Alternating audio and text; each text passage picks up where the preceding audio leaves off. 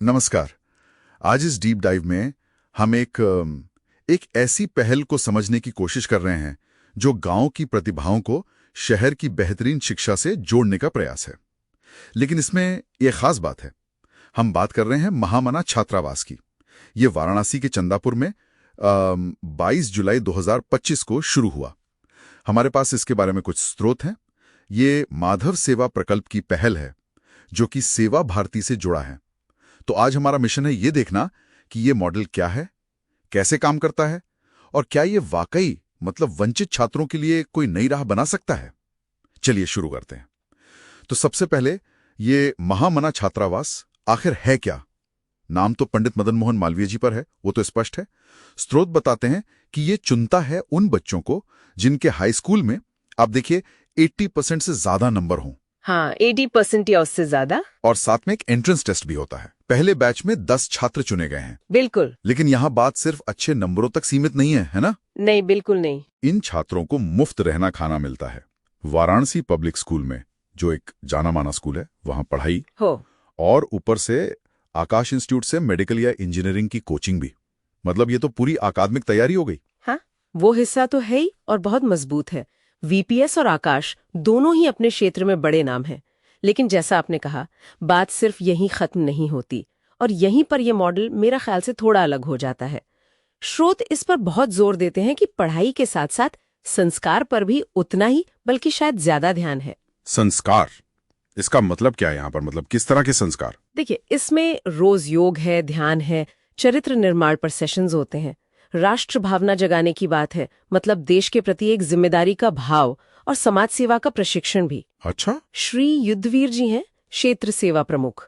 स्रोत बताते हैं कि उन्होंने कहा कि ये सिर्फ एक बिल्डिंग नहीं है, ये विचारों की प्रयोगशाला है। विचारों की प्रयोगशाला, ये सुनने में दिलचस्प है। हाँ, एक प्रयोग कि क्या हम आज की जो महत्वाकांक्षाएं हैं, जैसे डॉक्टर, इंजीनियर बनना, और जो हमारे पारंपरिक मूल्य हैं, क्या उनको एक साथ लेकर चल सकते हैं। और इसके लॉन्च पर भी काफी ध्यान दिया गया था। जैसा स्रोत बताते हैं, कई बड़े लोग थे वहाँ। हाँ, शिक्षा, स्वास्थ्य, समाज सेवा, सबसे जुड़े लोग थे। आकाश इंस्टीट्यूट और वीपीएस के जो प्रतिनिधि थे, उन्होंने पूरा भरोसा दिलाया कि बच्चों को सारी सुविधाएं मिलेंगी, कोई कमी नहीं होगी। सही बात है। Doctor R K. ओझा, जो सीनियर आई सर्जन है, उन्होंने शिक्षा और स्वास्थ्य को सेवा का एक पवित्र क्षेत्र बताया। और श्रीराम विजय जी, जो सेवा भारती काशी के अध्यक्ष हैं, उन्होंने तो इसे सामाजिक क्रांति की शुरुआत कहा। ये बड़ा शब्द है। हाँ, ये शब्द ध्यान खींचता है। सामाजिक क्रांति, शायद वो इसे सिर्फ एक हॉस्टल या कोचिंग सेंटर से कहीं ज्यादा बड़ा देख रहे हैं। और जमीनी स्तर पर इसका असर क्या है वो भी जानना जरूरी है। हाँ बिल्कुल। स्रोत में एक छात्र का जिक्र है, किसान का बेटा है। उसने काफी भावुक होकर बताया कि उसने तो कभी सोचा भी नहीं था कि वो वाराणसी पब्लिक स्कूल या आकाश में पढ़ पाएगा। अच्छा। लेकिन अब इस अवसर के बाद उसे डॉक्टर बनने का पूरा भरोसा है। वाह। तो ये सिर्फ अवसर देना नहीं है, ये असल में वो आत्मविश्वास जगाना है जो शायद सबसे अहम है। ठीक है, तो अकादमिक्स हो गए, संस्कार हो गए, पर ये काम कैसे करता है? डे टू डे कुछ खास बातें इस मॉडल की? हाँ, स्रोत कुछ चीजें बताते हैं। जैसे सिलेक्शन, वो सिर्फ मार्क्स पर नहीं है, वो छात्र के चरित्र, उसकी लगन, सीखने की इच्छा, इन सब पर भी ध्यान देते हैं। अच्छा, ये अलग है। हाँ, फिर हर छात्र के लिए मेंटरशिप की व्यवस्था है। कोई है जो उन्हें गाइड करे। और तकनीकी सुविधाएं भी हैं, जैसे डिजिटल लाइब्रेरी वगैरह, तो मॉडर्न जरूरतें भी पूरी हों।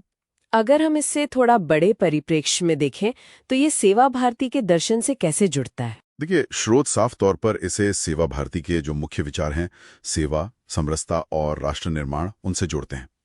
ये सोच भी सामने आती है कि ऐसी जो प्रतिभाएं हैं, खासकर ग्रामीण इलाकों में, उनको संवारना सिर्फ सरकार का काम नहीं है, समाज की भी जिम्मेदारी है।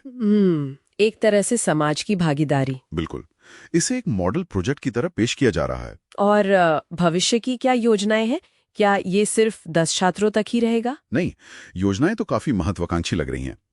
स्रोत बताते हैं कि अगले 3 साल में इसे 50 छात्रों तक ले जाने का लक्ष्य है। 50? हाँ, ये तो बड़ा स्केल अप है। हाँ, और लड़कियों के लिए भी ऐसा ही एक अलग छात्रावास खोलने की योजना है। ये बहुत जरूरी है। इसके अलावा पर्सनैलिटी डेवलपमेंट के कार्यक्रम और एक एल्यूमिनाई नेटवर्क बनाना, ताकि जो बच्चे यहाँ से निकलें वो जुड़े रहें और दूसरों की मदद करें। एक और बात है, संघ प्रेरणा शिविर जैसे कार्यक्रम। स्रोत बताते हैं कि इनके जरिए भारतीय संस्कृति और स्वदेशी विचारों से भी परिचय कराया जाएगा। तो कुल मिला के ये महामना छात्रावास क्या सिर्फ एक और हॉस्टल है या कुछ ज्यादा है? नहीं, श्रोतों को देखें तो ये सिर्फ एक शैक्षिक सुविधा से कहीं ज्यादा है। ये कोशिश है गांव की प्रतिभा, शहर के अवसर और पारंपरिक मूल्यों को एक साथ लाने की, एक संगम बनाने की। ये देखने का प्रयास है कि क्या टैलेंट को सिर्फ अवसर नहीं, बल्कि अवसर और संस्कार दोनों से एक साथ सशक्त किया जा सकता है। ये वाकई एक अहम सवाल उठाता है। ऐसे मॉडल्स जो अकादमिक उत्कृष्टता के साथ साथ मतलब चरित्र निर्माण और सामाजिक जिम्मेदारी पर भी उतना ही फोकस करते हैं, ये हमारे युवाओं के लिए और हमारे समाज के भविष्य के लिए क्या मायने रखते हैं? ये किस तरह का बदलाव ला सकते हैं? हाँ, ये सोचने वाली बात है। क्या ये मॉडल दोहराए जा सकते हैं? इनका लंबे समय में क्या प्रभाव होगा? इस पर विचार करना दिलचस्प होगा।